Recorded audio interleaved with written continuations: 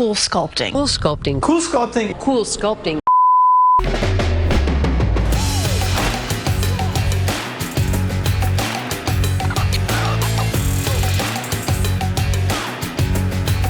Hello, I'm Dr. Setari, and today we're going to talk about CoolSculpting. CoolSculpting was FDA approved in 2010 for the love handles, and then in 2012 it was FDA approved for the abdomen.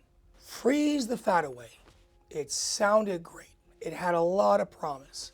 Unfortunately, it did not live up to that promise. CoolSculpting, in my opinion, is a complete waste of time and money.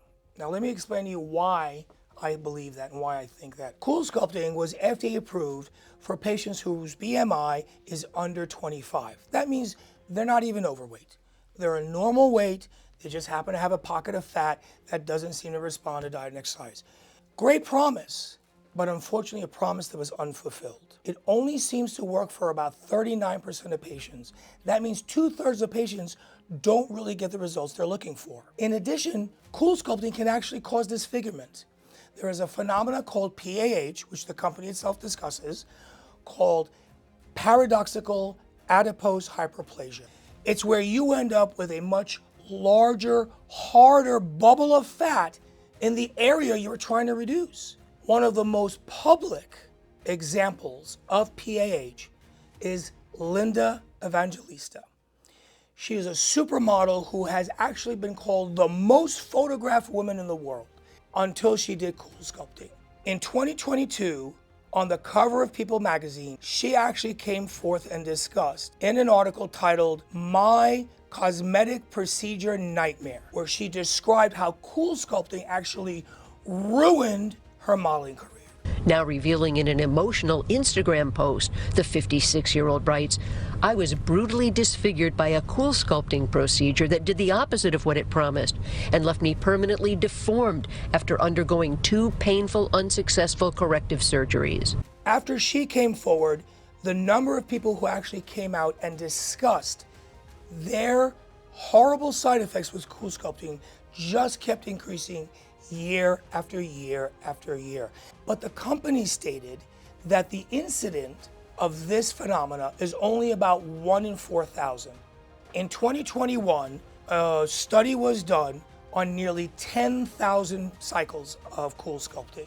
And what they discovered is that the percentage rate is actually between 0.05 and 0.39. That means the incident is 1 in 2,000 or 1 in 255 cycles. That's a world of difference between 1 in 4,000 cycles and 1 in 255 cycles. I would never do CoolSculpting on myself if I needed it, or my family, or my patients. I consider it to be a complete waste of time and money. Whenever I consider bringing a device into one of my offices, I always look for 2 very important criteria.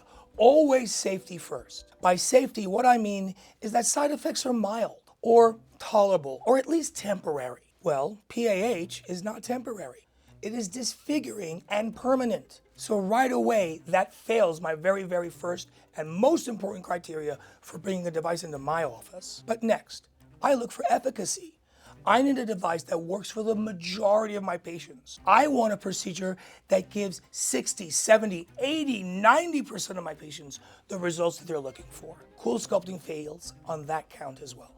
If you are a good candidate for liposuction, that is the proper way to go. If you're not a good candidate for liposuction, there are a lot of alternatives to CoolSculpting. There's Emsculpt Neo, which I do offer to my patients because it is very safe, has no side effects, and gives my patients an average of 30% fat loss with no anesthesia, no surgery, and no downtime.